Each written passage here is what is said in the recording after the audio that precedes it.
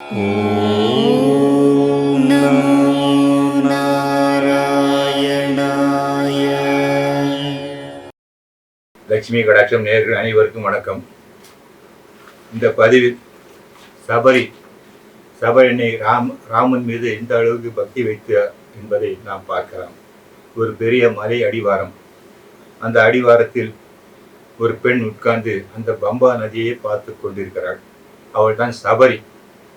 அவள் சபரீகர் குலத்தை சேர்ந்தபடியில் அவருக்கு சபரி என்ற பெயர் வந்தது. அப்போது அங்கு மதங்க முனிவர் அதே அடிவாரத்தில் தான் குடிசை அமைத்து, அதாவது ஆசிரமம் அமைத்து கொண்டு வாழ்ந்து வந்தார். அவர் எப்போது அந்த பம்பை நதிக்கு போய் நீராடி விட்டு வருவார். அதிகாலையிலே ஒரு நாள் அந்த மதங்க முனிவரை பார்க்கும் வாய்ப்பு, தூரத்தில் இருந்தே பார்க்கும் வாய்ப்பு இந்த சபரி கிட்டியது. அவ்வளவுதான். அந்த முனிவரின் கடாட்சம் பட்ட உடனேயே இவள் மிகவும் மாறிவிட்டார். எப்படி அந்த முனிவரின் ஆசிரமத்திற்கு கைங்கரியம் செய்து கொண்டிருக்க வேண்டும் என்று நினைத்து என்ன செய்வாள் என்றால், அந்த ஆசிரமத்தை பெருக்கி கோலமிட்டு வந்தவாள். தினமும் இதே செய்து வந்தாள். அதாவது முனிவர் எழுந்து ஆற்றங்கரைக்கு நீராட செல்லும் முன் இவையெல்லாம் செய்து விடுவார். அதன் பிறகு இந்த முனிவர் பார்த்து கொண்டே இருந்தார். ஒரு நாள் தன் சீடர்களிடம் சொல்லி அந்த பாட்டியை அழைத்து வா என்று சொல்ல, எல்லோரும் அந்த சபரி அன்னையிடம் சென்று, பாட்டி, உங்களை எங்கள் குருநாதர் அழைக்கிறார் என்று சொல்லி அவரிடம் அழைத்து போகிறார்கள். அவள் பயந்து கொண்டே செல்கிறாள். அப்போது அந்த குருநாதர் அந்த பெண்ணை பார்த்து, உன் பெயர் என்ன என்று கேட்க, அவளுக்கு அந்த பெயர் தெரியவில்லை. இந்த சபரி என்ற பெயர் வைத்தது மதங்க முனிவர் தான். சரி, நீ சபரிய குலத்தை சேர்ந்தபடியால் உனக்கு சபரி என்று பெயர் வைக்கிறேன் என்று சொல்லி சபரி என்று அழைத்தார். நீ இந்த கைங்கரியம் தொடர்ந்து செய்து கொண்டே இரு, ஆசிரமத்தை நன்றாக கவனித்துக் கொண்டே இரு என்று சொல்ல, எல்லாவற்றிற்கும் அந்த பெண் தலையாட்டி விட்டார். அப்போது மதங்க முனிவர் தன்னுடைய சிஷ்யர்களுக்கு பாடம் சொல்லிக் கொண்டிருக்கிறார். சொல்லிக் கொண்டிருக்கும் போது இடையிடையே அந்த பாடங்களையும் கேட்பது இந்த சபரியின் வழக்கம். அவ்வாறு கேட்டுக்கொண்டே வருகிறார். நாட்கள் செல்கின்றது. அப்போது தன்னுடைய குருநாதர், அதாவது மதங்க முனிவர், தான் நினைத்து இருந்த அந்த நாள் வந்தது. என்ன நினைத்தார்கள்? மோட்சம் அடைவதற்கு. அந்த மோட்சம் அடையும் நாள் வந்தது. அப்போது எல்லா சிஷ்யர் கோஷ்டியும் அழைத்து, நான் இந்த மாதிரி என்னுடைய வாழ்நாள் முடியும் காலம் வந்துவிட்டது, உங்களுக்கு என்னென்ன வர வேண்டும் என்று கேளுங்கள் என்று சொல்லி எல்லோரையும் ஆசீர்வதித்தார். அனைவரும் தங்களுக்கு வேண்டியதை பெற்றுக் கொண்டனர். அதன் பிறகு சபரியை அழைத்தார். சபரி அழைத்தார். அழைத்து, சபரி, உனக்கு என்ன வேண்டும் என்று கேள் என்று சொல்ல, அவளுக்கு ஒன்றுமே சொல்ல தெரியவில்லை. எனக்கென்று என்ன தேவை இருக்கிறது? உங்கள் கடாட்சம் கிடைத்தது, அது ஒன்றே போதும் என்று அவள் சொன்னார். அப்போது மதங்க முனிவர், பரவாயில்லை, உனக்கு ஒரு மந்திர உபதேசம் செய்கிறேன், அதை நீ பெற்றுக்கொள், அந்த மந்திர உபதேசம் பெற்றுக்கொள் சொல்ல, சரி என்று சொல்லிவிட்டார். சொல்லி அவர் என்ன சொல்கிறார் என்றால், ராமா ராமா என்ற ராமருடைய மந்திரத்தை அந்த சபரி அண்ணியின் காதில் போதுகிறார். அவ்வளவுதான். அந்த சபரி அன்னிக்கு மீண்டும் புத்துணர்வு ஆகிவிட்டது அந்த மந்திரம் கேட்டவுடன். அப்போது குருஜியிடம் இதன் அர்த்தம் என்ன சுவாமி என்று கேட்க, அப்போது மதங்க முனிவர் சொல்லுகிறார், இதற்கு அர்த்தம் தான் சொல்ல தேவையில்லை சபரி.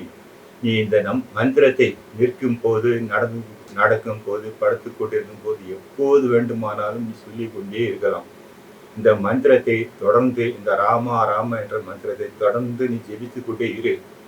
உனக்கு ஒரு நாள் இந்த அர்த்தம் புரியும் என்று சொல்லி அவர் மோட்சம் சென்று விடுகிறார்.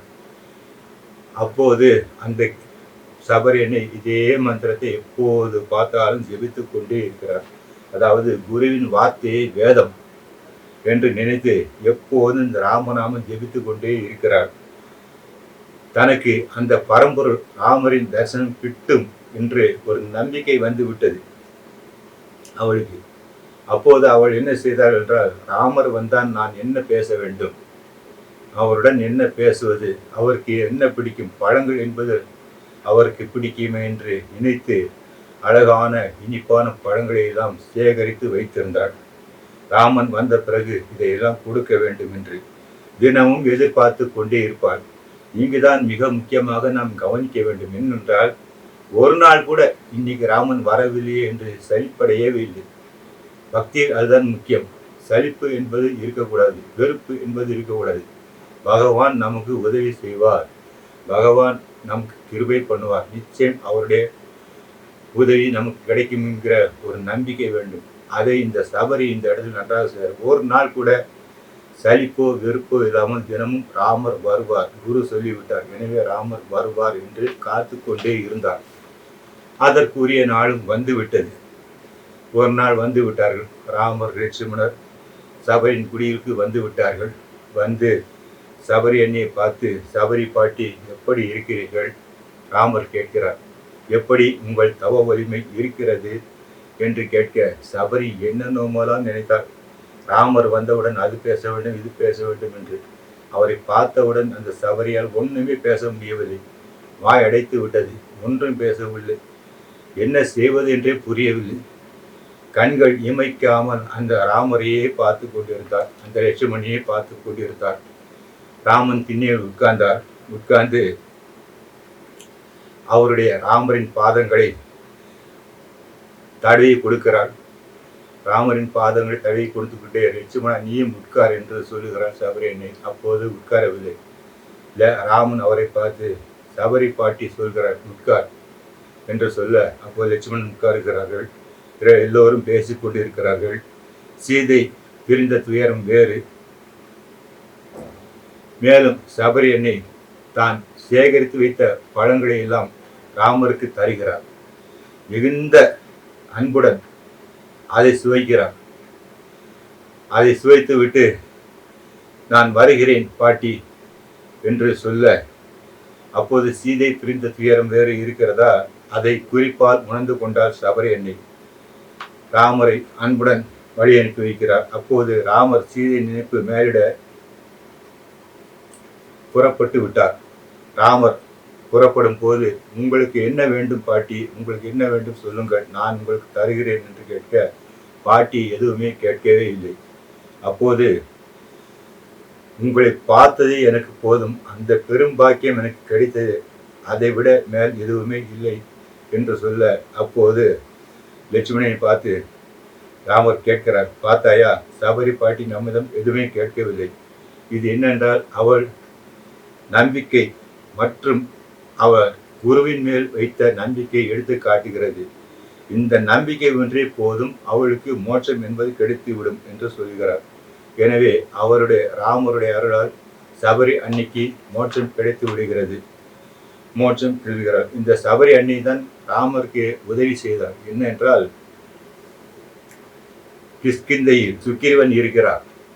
ராமா, நீ சென்று அந்த சுக்கிரவனை பார், அந்த சுக்கிரவன் தான் உனக்கு எல்லா உதவியும் செய்கிறான், நீ சீதை மீட்டெடுக்கலாம் என்று சொல்லி அந்த ராமரிடம் எல்லா அடையாளம் சொன்னதே இந்த சபரி அன்னை தான்.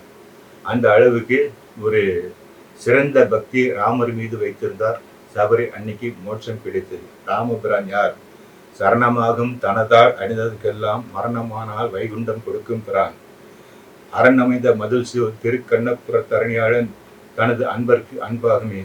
அந்த அளவுக்கு அவரை சரணம் அடைந்தால் நமக்கு வைகுண்டம் கொடுக்கும் பிரான், நமக்கு நிச்சயமாக வைகுண்டம் கொடுத்து விடுவார். அந்த அளவுக்கு ஒரு எளிமையான தெய்வம் அந்த ராமன்.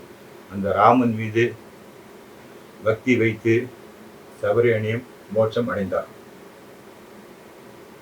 மங்களாணி.